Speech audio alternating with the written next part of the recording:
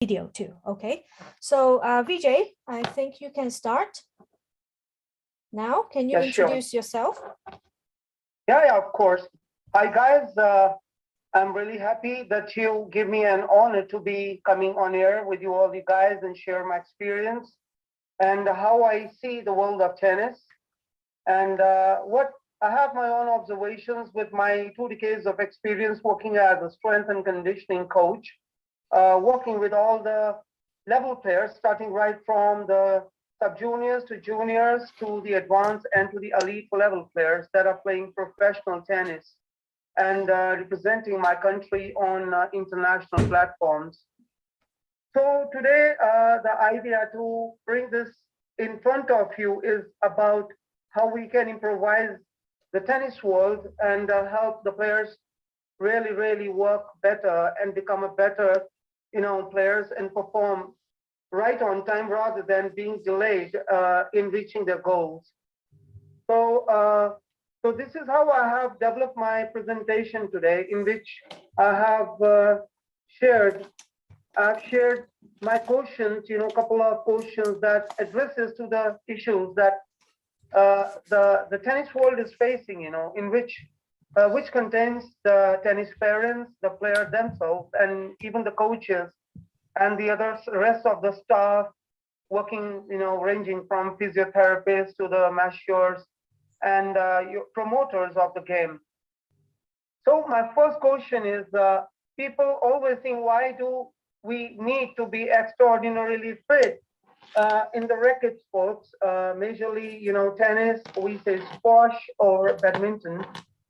So friends, it is very important that this is a normal thing that people have an idea about the sport, is that they put more emphasis on playing rather than actually getting conditioned to play the sport and enjoy it more better. Because, it is important that you improve your cardiovascular fitness, you improve your strength, you improve the power, you improve your stamina, and also the flexibility to enhance your performance, and also not to forget, the speed, which is one of the most important aspect for any athlete, whichever sport you play, but I'm talking here about tennis players.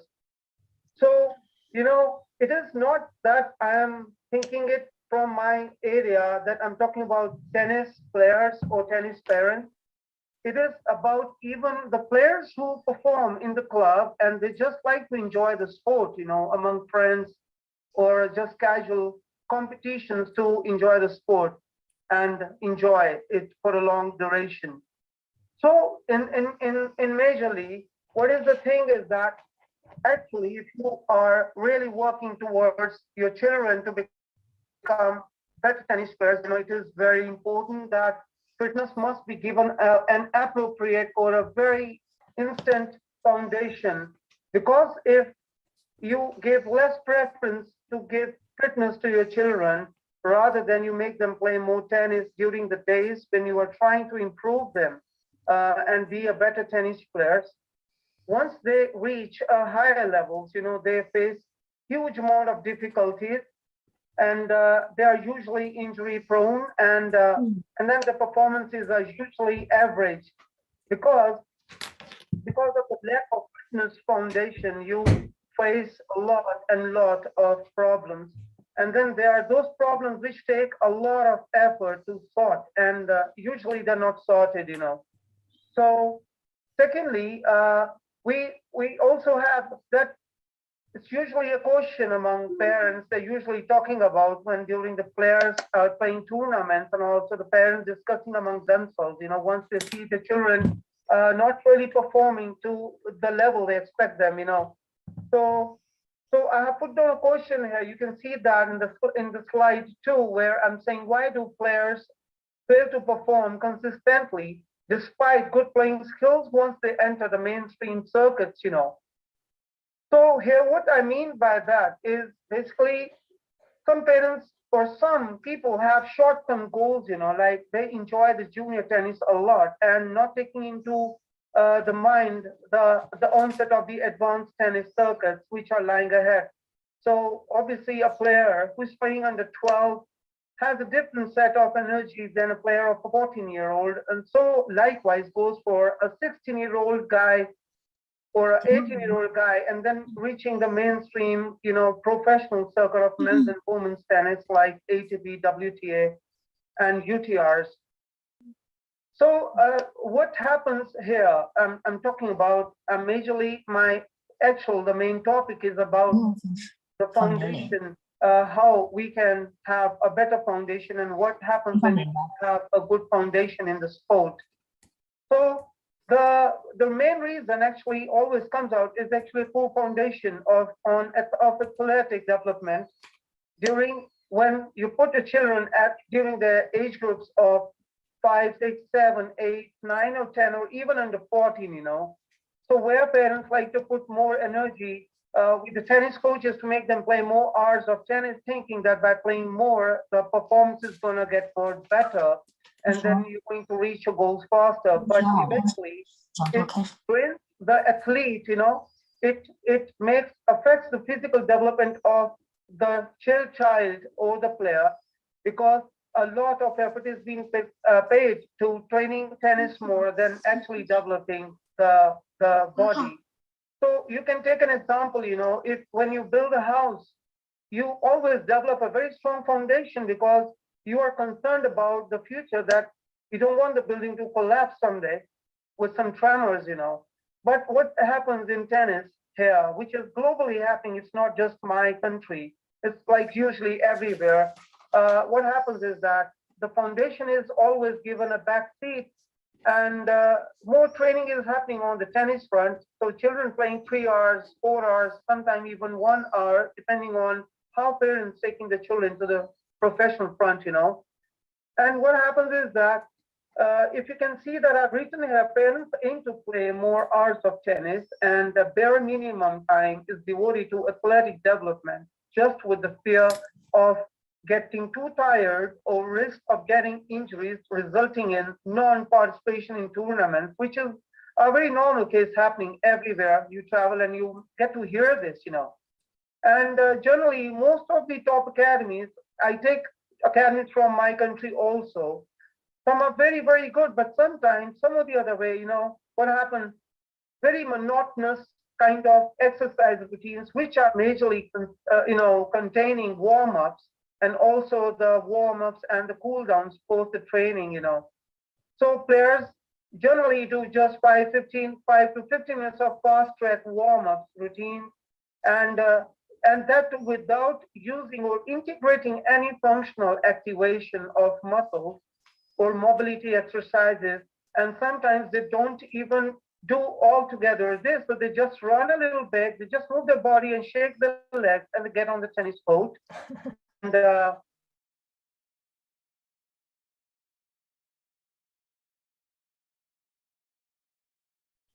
Oops. tennis, because at the end of the day, looking at Can you repeat that, Vijay? Can you repeat that, because there's yes? the connection was cut off. Sure. So Okay. from where the connection stop? From no functional activation, they just shake their legs. Yeah. So I tell you, my friends, I come again there. Usually the main problem lies in the players not doing any good constructive warm-ups, which is the most important foundation of a tennis player.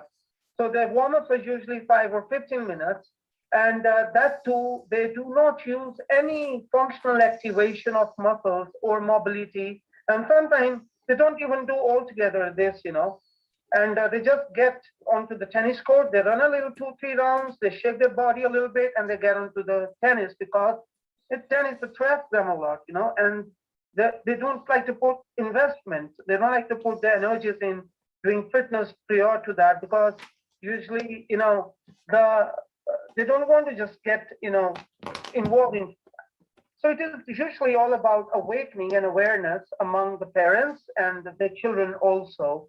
And now what happens is that, once the tennis session, usually you people have generally seen the normal scenarios in academies. whenever you reach your tennis academies, you usually reach the academies right on time or sometime a little late, because obviously parents are busy and they have their own life to look at. But what happens in that process, you basically snatch away the most important part of the grooming and the development from your child.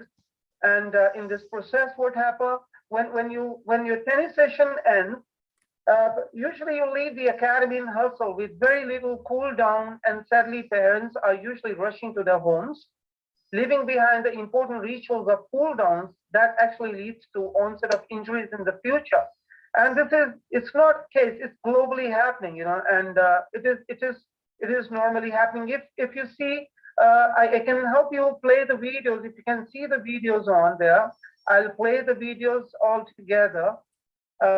I can play the videos all together randomly.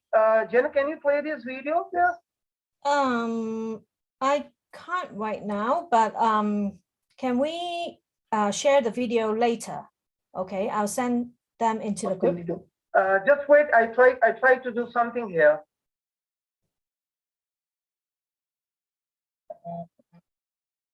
Okay, so what I'm doing, Janet, I'm reversing it. You can show them. I'm putting my phone to see if they all can see this. Is it No, visible? Vijay, they can't see it.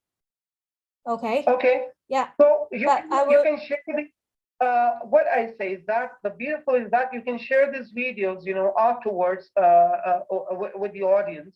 They can understand, because I have specifically shared here the rituals of warm-ups, which are actually one of the most important and finest ways and methods to help a player develop, and become injury-free and be ready for tennis and really improve in the future, that. So the next question that I want to talk about Vijay, I do have a question. For 1, 2, 3, 4, 5, 6, 7, okay, these are the routine of the warm-ups that a player should do. So how long does it or should it take to warm up or activate the muscle before they really get on the court? I tell you, that's a very good question you asked. Usually it contains at least 20 minutes to 25 minutes of involvement of the whole warm-up.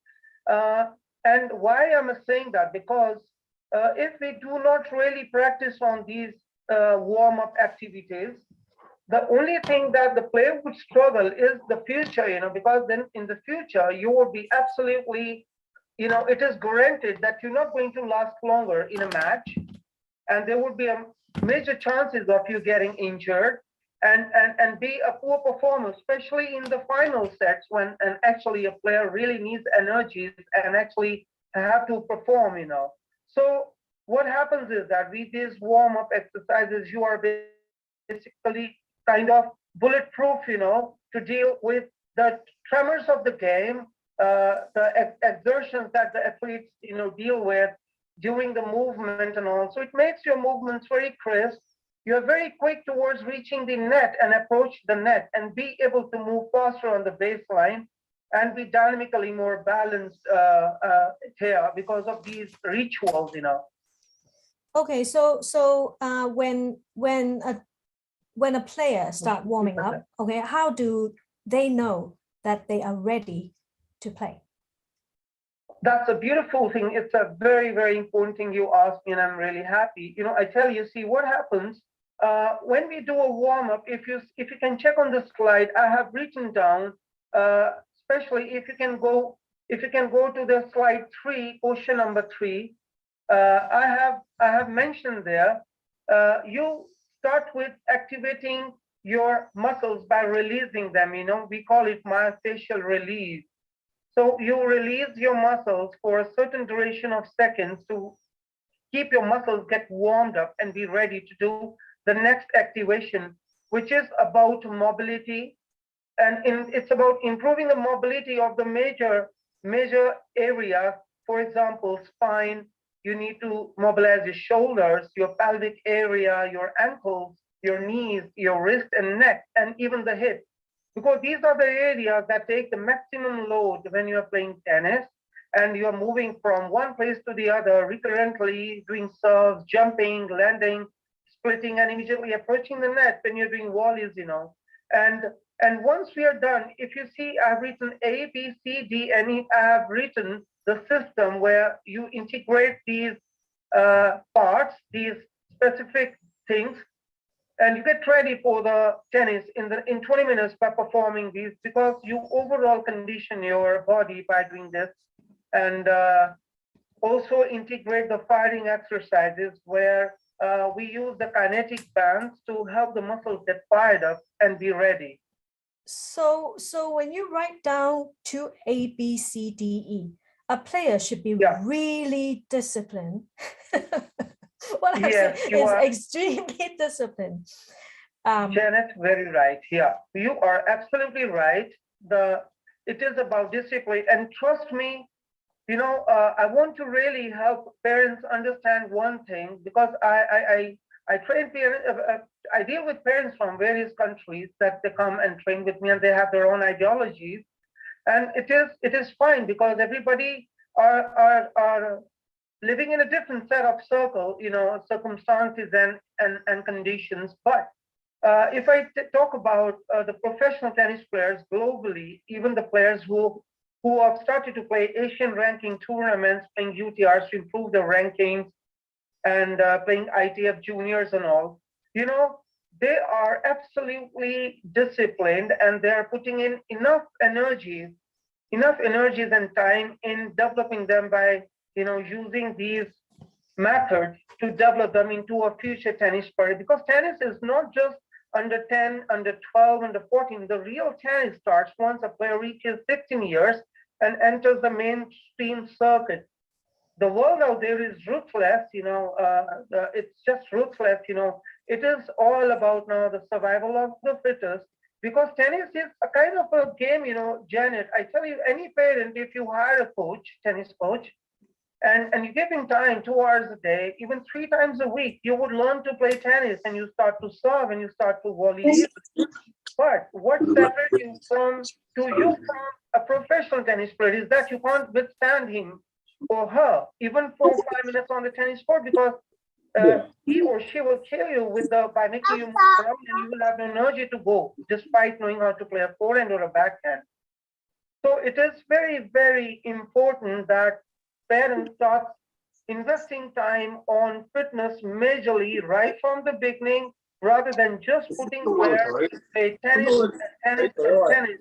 It makes them happy, it makes the child feel good, but I guarantee you that the future is blank, and it's very, very tough, or I say next to impossible, by not doing fitness during the foundation years, because then it's going to be a rough time, for a player or a parent, because it's very tough out there, So if your foundation is good, you are physically fit right from the start, Xem vô đây than à. Hello? see the benefits, and you have to basically over there on injuries. Okay, so when we play tennis, everyone here knows that tennis is really a really delicate sport. So when you're talking about warm-ups, fitnesses, doesn't mean that we have to program or we have to set up a different program for tennis players, or for girl players, for boy players. Are there any differences, or even the age group, or even players? 我數三聲，雙雙，如果你再唔望住你啲書嘅話，你自己攞嚟字。我而家就整張相。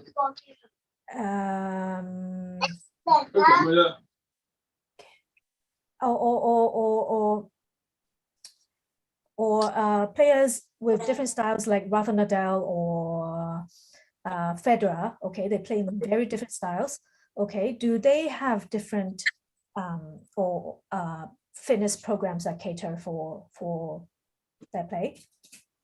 Yeah. So you asked me a very important thing, and I think parents must know about that. So usually, go to the Salesforce slide. What happens usually, this is what happen, in academies. Usually, because obviously a player goes to an academy to develop itself or hire a good coach, work personally with the coach. So what normally happens when players are training in a group in an academy, what happens is that usually the programs are quite usually monotonous, which are not catering to a diverse player. Suppose there are 5 kids in a group, so the program will be obviously one same program for all the 5 players. So what happens is that, it is very important that if you are developing a tennis player, if any parent is putting a kid into professional tennis education and development, they must have a specific training program of one particular individual rather than a same program. It's like, what is usually happening is why we have only one Nadal, why we have only one Djokovic, why we have only one Holger Rule, we have Ruud and the latest players, because they have all a different set of development system working for them. It's not like what Rafa is doing, Rafa Nadal is doing, Djokovic is following his program, or Djokovic is doing, Federer is following his programs, It's like what is happening is one fits all in academies, So obviously when we wear a dress, if I have to wear a dress, I can wear anything to cover my body, but if I need to look good, if I have to look outstanding and stand out, I'll have to get a clothes rightly stitched to my parameters of the body, right? So what is happening is usually parents are wearing a one fit all for themselves, So what happens is that it is very tough to develop a good player in a circuit in which you are training too many kids in one go, and then they're training and doing same exercises day in, day out. They would only get adapted. They would only get adapted to the workout, but they would never improve because this is not how the world of tennis moves. It has to be tailor-made training program. If I have a different program, because we have our different playing styles. I have my own strengths and I have my own weaknesses. And also I have my own energy system and I have my age group also in there. My height, my weight, and what level of tennis I'm playing. So it's very important that a training program should be tailor-made and it should have a complete goal in there, what goal you are catering to, what is your focus. And then it should practically be implemented on the tennis court by the tennis coach. That it's like a one team work. So how I work, in India, they have their own programs made by me and they're all different.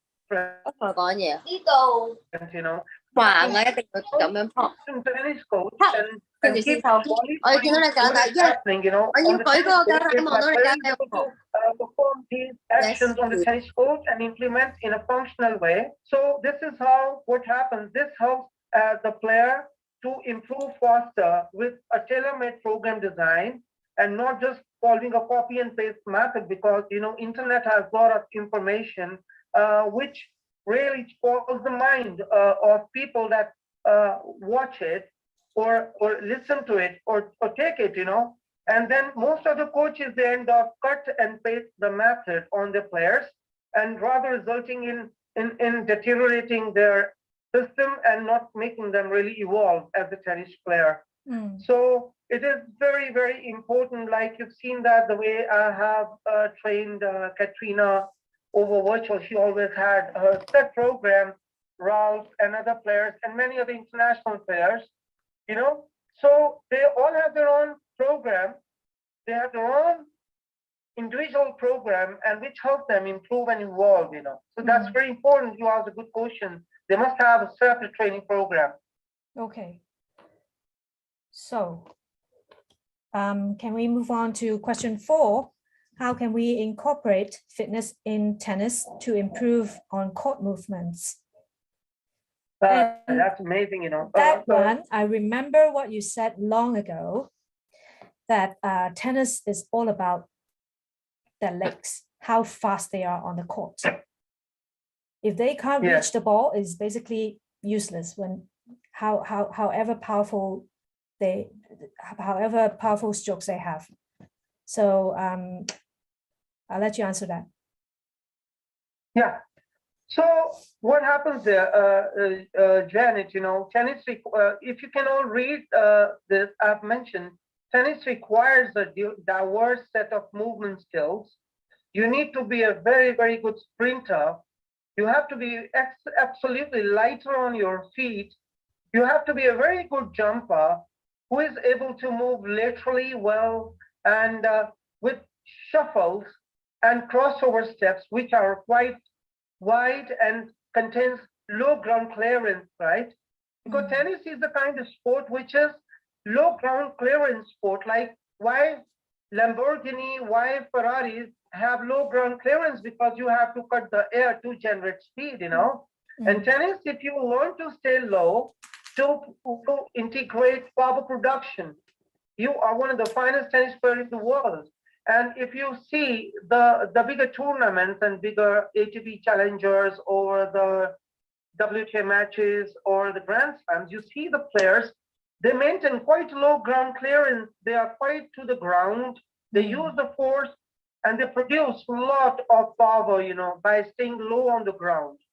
So in the junior circuit, these skills are not integrated or implemented or being applied to the junior development players, and they suffer when they reach the mainstream tennis. So now I was talking about, you know, see, the most important thing for the tennis player is, you know, to develop very strong legs, and you need obviously to develop the low ground clearance skills right from the beginning in order to reach optimum level of playing, you know. And then most important aspect that is widely been getting ignored by the tennis playing population, as I explained before, I've written it, is the tailor-made training plans, you know. A plan that is designed taking into consideration the player's age, playing style, level, injury history, highlighting his or her weaker aspects. It must have a very tastefully designed warm-up drills. Again, I'm mentioning that on a stronger note, and cool down exercises to prevent injuries and enhance the high performance training, you know. And to have those strong legs, you need to do all that stuff, you know. And I have especially mentioned, dear parents, if your kids are not picking up such training systems as yet and are regularly struggling with much needed fitness, then please wake up and start giving equal importance to tailored fitness, else you would leave them to be good for nothing in the development ahead. It's a very strong call to the parents, you know. And remember, by just making them play more tennis is not going to work in the future. And fitness is the ultimate key to the long and successful career. So this is what I have specifically mentioned here on your question. Okay. So I do have another question. Okay, so when you talk about low ground clearance, okay, in Hong Kong, most of our players play on hard court.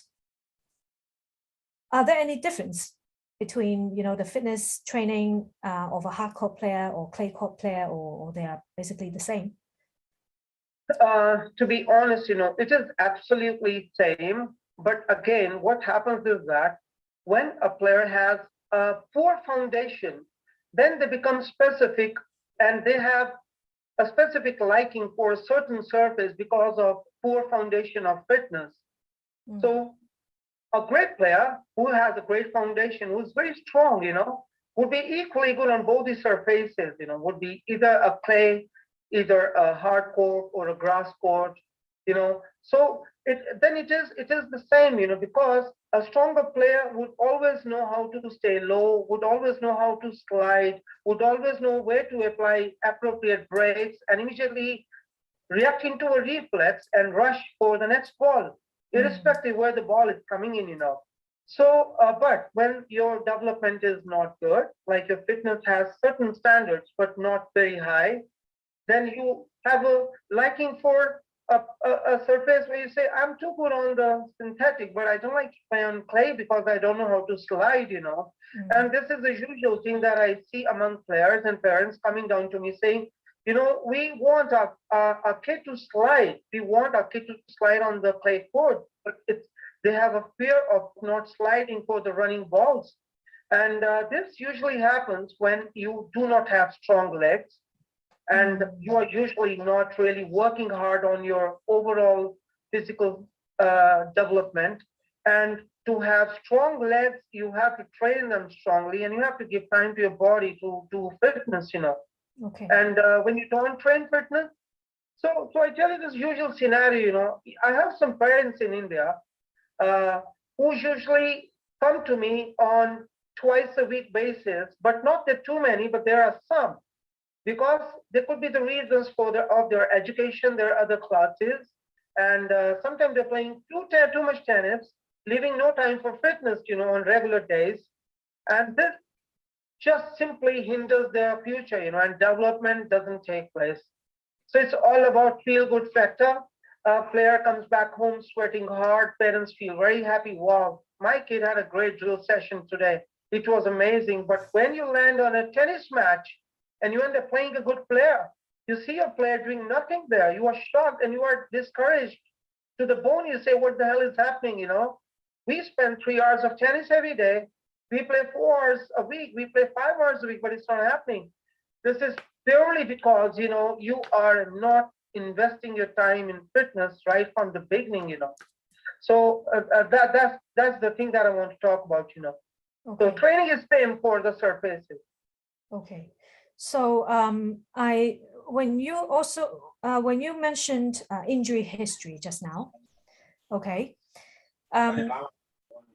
When my daughter is almost 13 now, they have tons and tons of opportunity on the court for injuries. Okay. And we're not talking about very light injuries, okay?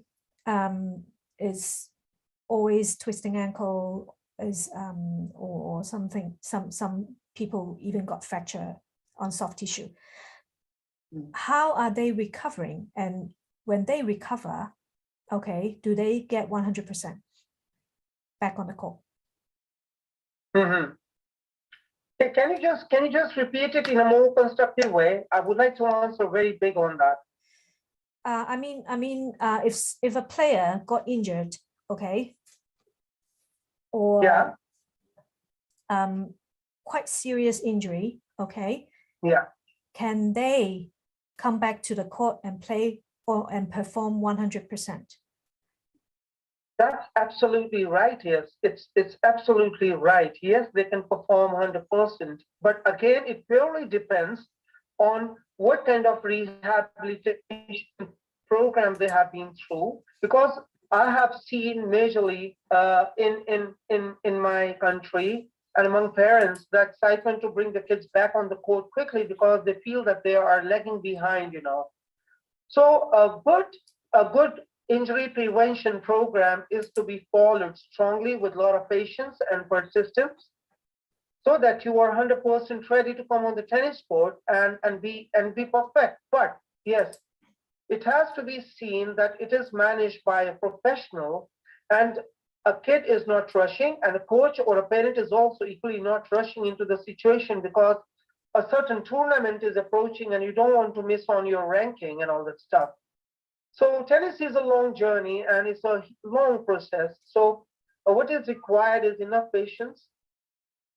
Specifically during the time of an injury, if a player is injured, you have to give enough time to the player to recover. But now, again, one important fact I want to tell, usually what happens is that suppose an ex-player has got injured, or let's say has injured the ankle or the knee or something. the parents completely put them off from training, They just don't put them into training because they're afraid. They make them rest, which is absolutely wrong, because it's about if you have one area not working, you have to strengthen the other part with equal energy and equal regularity so that you don't really lag behind. And then it makes your return to the professional circuit very easily, because otherwise your overall body gets completely compressed, weak, underdeveloped, undernourished, and then your energies take a lot of time to come back. So if any player gets injured, they can work on the rehabilitation for that and continue with the training, irrespective of what is happening. But again, a lot of professional touch is required here by a professional who's taking care of the situation and and taking responsibility of this, that nothing is going to happen and the kid is under complete watch. So it takes no time, but you should have a good rehab program. Now, what happens is that the best thing is that in order to make completely back to the competition circuit after injury is to implement warm-ups on regular basis and completely good consolidated warm-ups, not like just pass it off. I mean, I've majorly written articles on that about warm-ups and how they're important in changing your lives. So if a player is doing a great warm-up and also a very, very good cool-down ritual, I guarantee you that they are always going to be competing very hard in the circuits, and that too at a right time rather than reaching there in their old age, So that's how I feel about this. Okay. So thank you. That's a very, very important point. As we usually let the kids just rest completely and without training during the injury. But anyways, so question 5, the usual struggle of finding a perfect training system for a player. Yeah. Question 5. Right.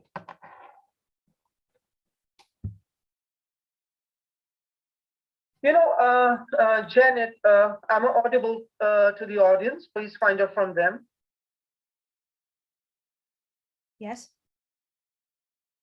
Okay.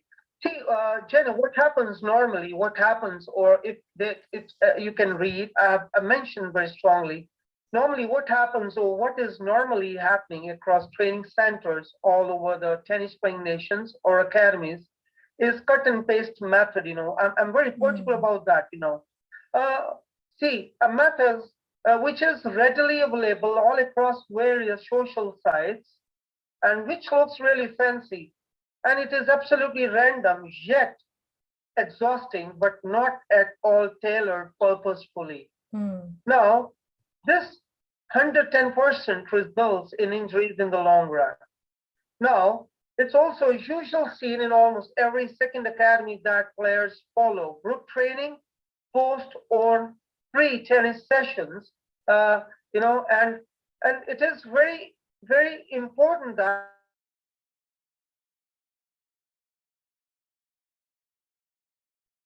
Vijay, a parenting or a which Vijay, parenting got cut off. Can you repeat importantly? Yeah. After importantly. See, it is very, very important. It is very, very important that parents must understand to develop a perfect athlete that we want, which is very fast, which moves very quickly on the tennis court, which should have endless stamina right from the start until the end, or even until the end of the week of the tournament, because usually you may have seen in many parents that even your kids, when they're playing tennis, they're very good in the first match, second match, a third match comes in, they're usually a little more drained. By the fourth, they're more exhausted. In the 5, they're really struggling to even, finish off the match, despite they're very good players. They have a name of their own in the country. They're having good rankings. And now, But see, and also everybody wants a kid, a player which is a powerful hitter, carries incredible mental health throughout the entire tour, and it is not possible, honestly, it is not possible till the parents adopt this method where the fitness takes a very random approach, a backseat, and tennis happens on regular basis. So it is just a journey of until the junior days, because after that, I doubt that there is any survival in the world of tennis, where the players, your opponents, are ruthless and they're training like commandos, to kill you.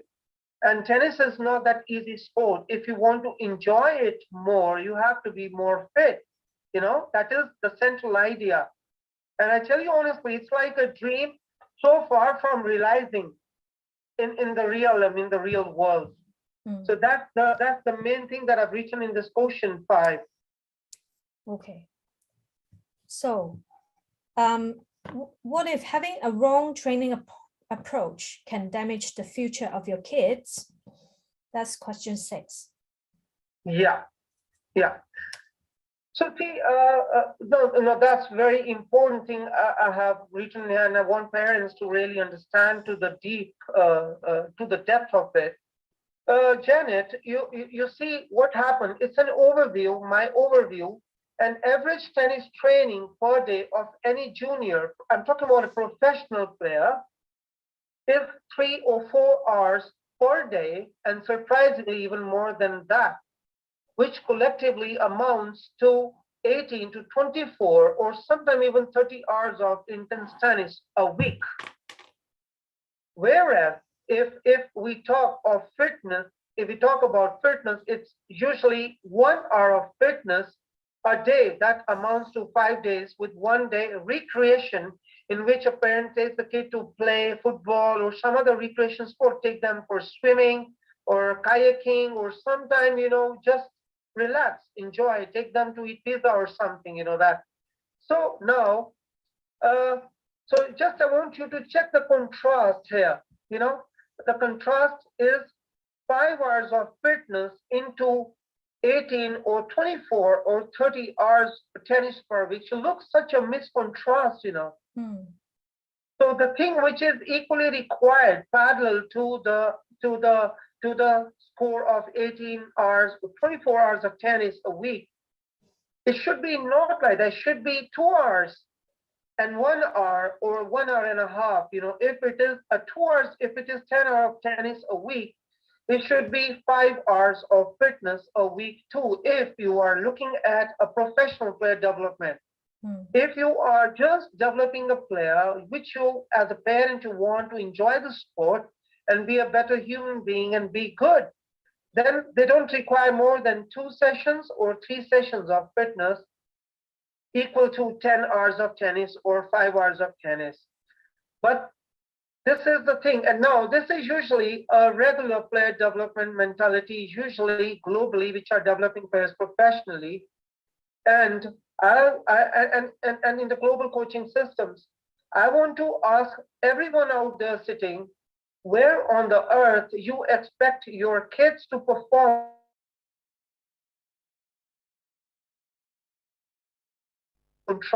and to say, and I really want parents to go deep into that without feeling offended, because it's my duty to help the people understand the reality face, where very bare minimum attention is paid towards fitness, and you expect the player to perform like top 100 players of the world when they're playing a match. A player must have a concrete athletic development structure that is customized according to the needs of the hour, and we have to break the ice and focus equally towards fitness, and we must have a structured program for any player, irrespective if he's a professional or someone who likes to enjoy club tennis. Because now I hear people say that my kid plays tennis and I make him play tennis because I want him to enjoy tennis, and you truly ask me, tennis is more enjoyed when you are more physically fit. you know, it is more better enjoyed because you move more better, you fall less, you get less injuries, and you can actually play with a lot of reaction and reflexes, you know, and you are actually more physically fit. If you are physically fit, you enjoy tennis more, you know. And I've written here a structured program which deal with mental and physical well-being of a player has to come in place, you know, and then I strongly believe then you don't have to look back, and then every country or every parent would have an access to a Grand Slam one day, you know, seeing their kids playing Grand Slam sometime in life, because the foundation was good. And if you have poor foundation, you can enjoy it just in your mind, and you can just feel good in within. But for the world to see, it's just a laughing stock, you know. So that's how I strongly feel about this. Okay. So you are sharing. So I have, yeah. So I'm coming to that. I have shared a specific program of one of my professional player who plays the junior circuit and is a very highly ranked player. I would like Janet, you, if possible, you can share this with the parents. Sure. Some of the other ways, so that they can understand how a program looks like, you know, of an athlete. But now there is an alert, or I request the parents, whoever is listening, to the audience listening, please do not follow anything out of this just because it may look good or it may look understanding to you, because it is a specific tailor-made program of certain player. I have just put it to explain them that how a program is developed. And if you see, if somebody can see, read that, I've written in the page 1, I've written fitness conditioning planner and compulsory regulatory rituals, as I spoke initially about warm-ups and rehabilitation activation exercises, you know. So I've written the rituals for base construction. I've written the name of the exercises. In the base 2, I'm speaking about mobility. In the base 3, I'm talking about hip and core and upper body firing routine. In the base 4, I'm talking about how to activate the core muscles, you know, which is which is the building, which is the main engine of your body, you know. And then I've written down in the base 5, the dynamic warm-ups, which is the culminating part of a routine of a professional player. And then I've written the day-based exercise of an athlete on a certain day, what you're going to hit, which muscle you're going to hit, the duration of the program, the repetitions, how much weight and load you're going to lift at that particular point of time. And these programs are specifically developed on day-to-day basis, taking into account what time a player is going to travel for tournaments, what time a player is going to take an off season, what time a player is dealing with an injury phase, you know, so the programs keep on changing. They can't be same. And the horrific thing is that, you know, usually the programs are same. And it's not that I'm trying to demean any coach or a parent, but this is the truth, you know, which I'm trying to bring in front, you know. It's like your daily dose of medicine, and it has to change. If you are improving, you can't keep taking it. You have to go on to some other aspect of this. So this is a program.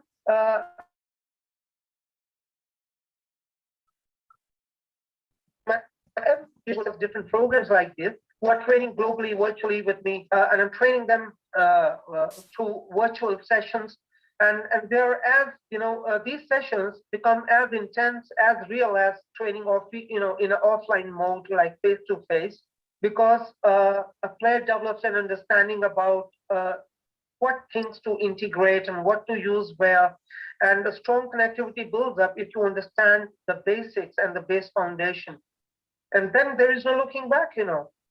So that's very, very important thing that I've shared in the part 6, the program design. Okay, so that is basically all.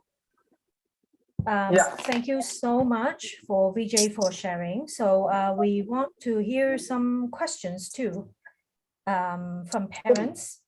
So if any parents have a question, can you just type it up on chat?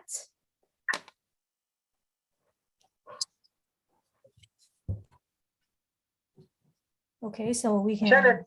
Yeah. Yeah, please continue. Yeah. If anyone have a question, please type your question in the chat room. Okay, so we can ask Vijay now.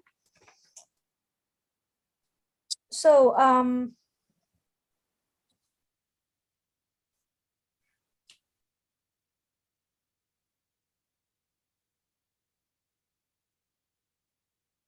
if anyone has a question, please type up in the chat room now about fitness and tennis, about preventions, about injury. Okay. So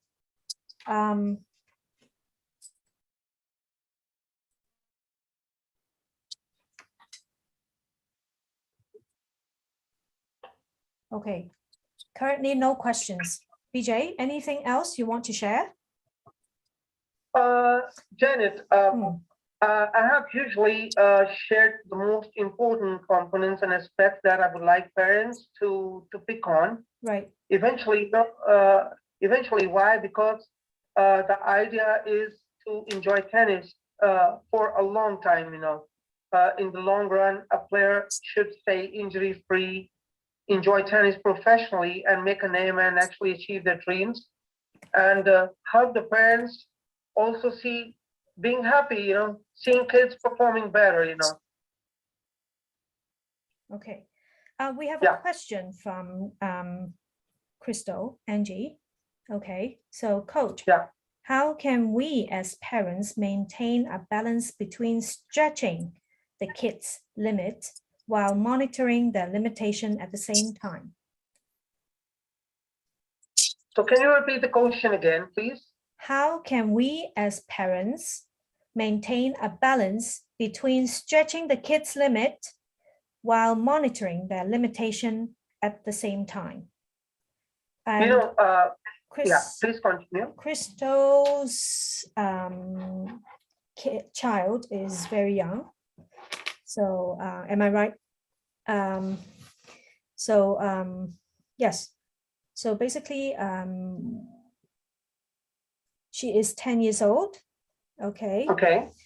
And she want to know, and I'm repeating the question, how can we as parents maintain a balance between stretching the kids' limit while monitoring their limitation at the same time?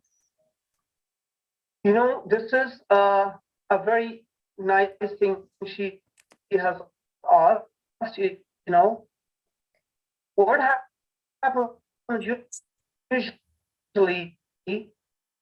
Vijay, can you repeat that? Vijay.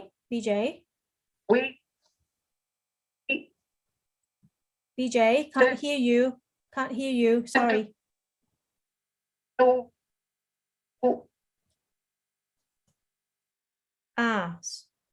Vijay. We can't hear you. You have to repeat the whole thing.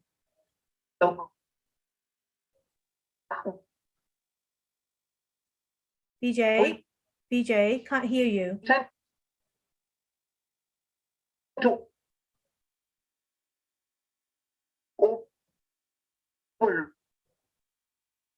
Connection problem. So, Crystal, do you mind if I ask Vijay to answer your question later?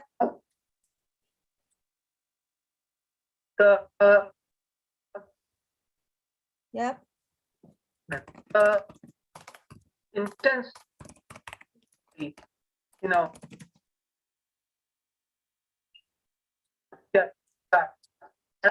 Janet? Hello? Hi, you're back. Hi, okay, yeah, okay. See, that's a very important thing she has asked, you know, and I usually see parents really struggle with that. In my country also, usually on day-to-day basis, you know. What happens usually, we tend to not understand that what amount of exercise load is to be given on a certain age group. of a kid. Sometimes your kid is training an hour of tennis just 3 times or 2 times in a week, taking into account other engagements of studies or some other skill classes and all this stuff. And what happens, parents' schedules also sometimes not gel with the classes of the kids, like a parent has their personal engagement or work at the office or something or business. And then what happens is that the regularity of a training program is sometimes not, we call it consistency of training is less maintained. So what happens is that a player starts, improves, and stops because of imbalance, and then goes back to square one, and then again starts the journey from there, again go back to the stair one. So what happens is that it is very important to prioritize the training. It has to hold a stronger priority, like we prioritize our business and we prioritize our work, whatever. It is important to prioritize the training also, irrespective it is tennis or it is fitness.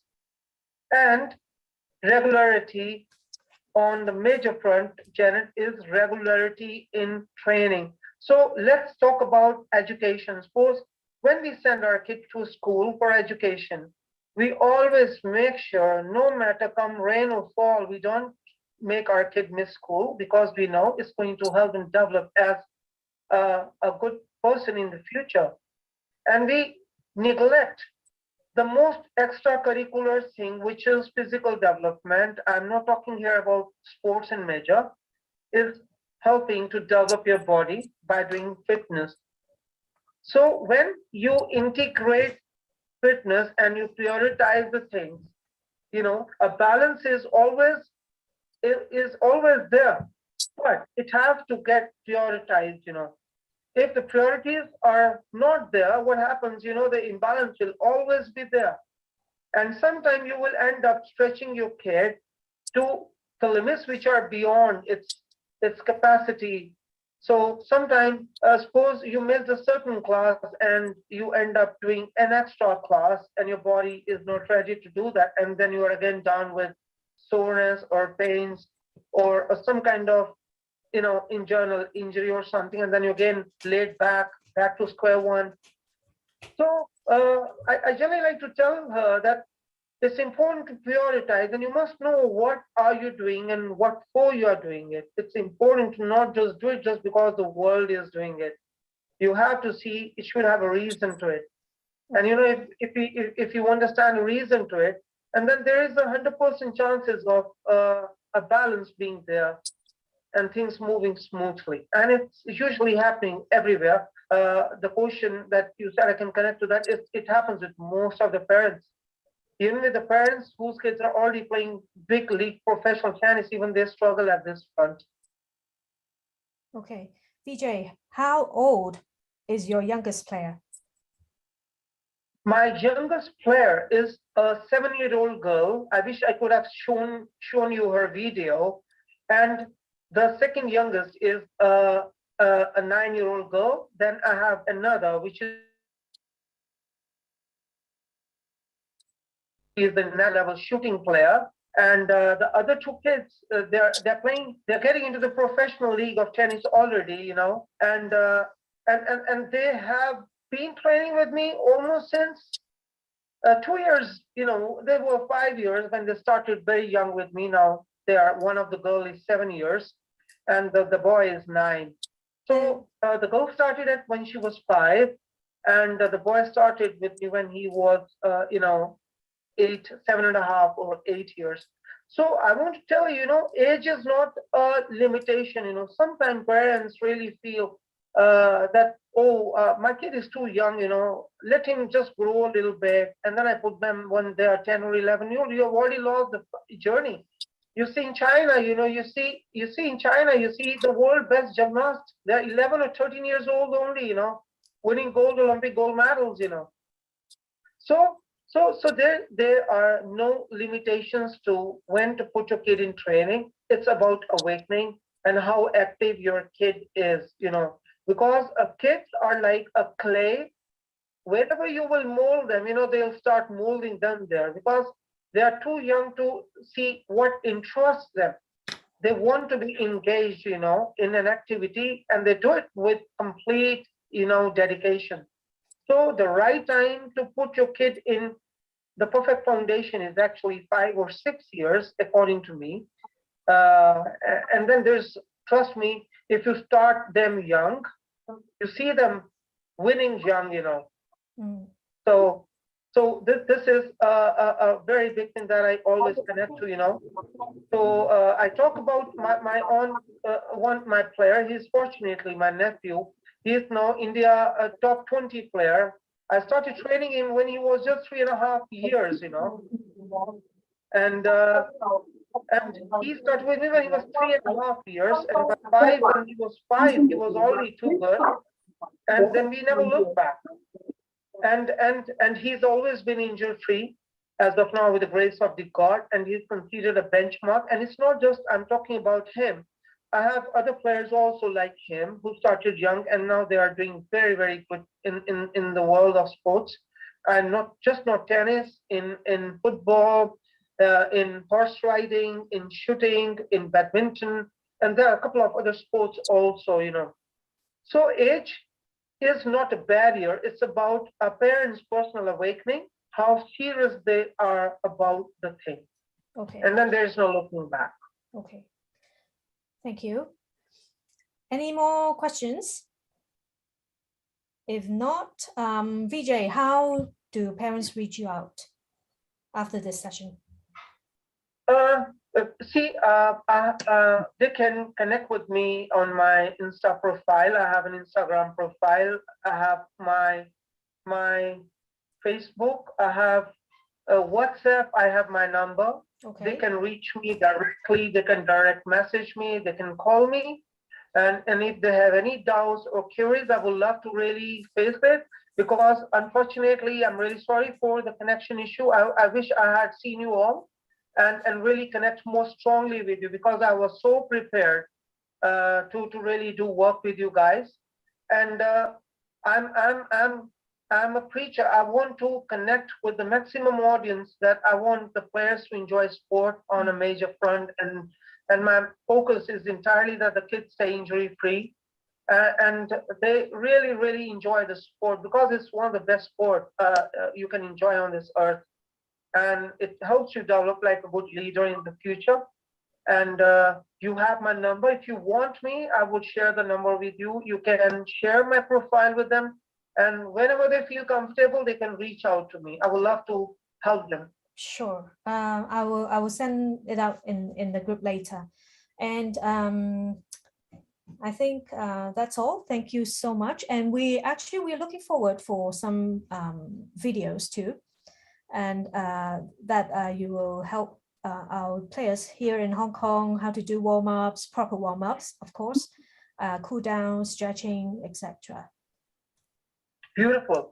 And I'll just share that with you anytime today, that you can happily, pass it on to the parents who are there and watching this, so they can implement it. The videos are very easy, and they can really be a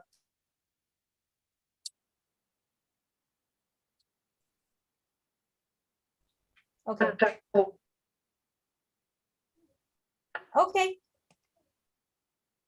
Okay. Thank you so much. Thank you. I'll have your video, and then I'll put it on YouTube and share it out later. Thank you. Great. It's been so good to meet you all. We'll see you in the next meeting with the face on. Yes. And thanks, Jen, for calling me over here. Thanks so much. Bye, everyone. Bye, bye. Bye, Vijay. Bye. Bye. Bye.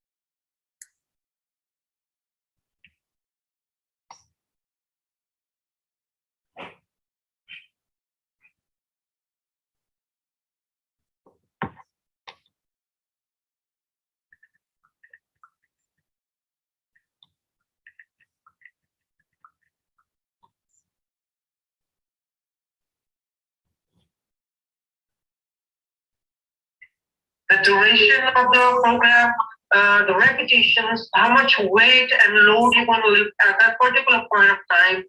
And these programs are specifically developed on day-to-day basis, taking into account what time a player is going to travel.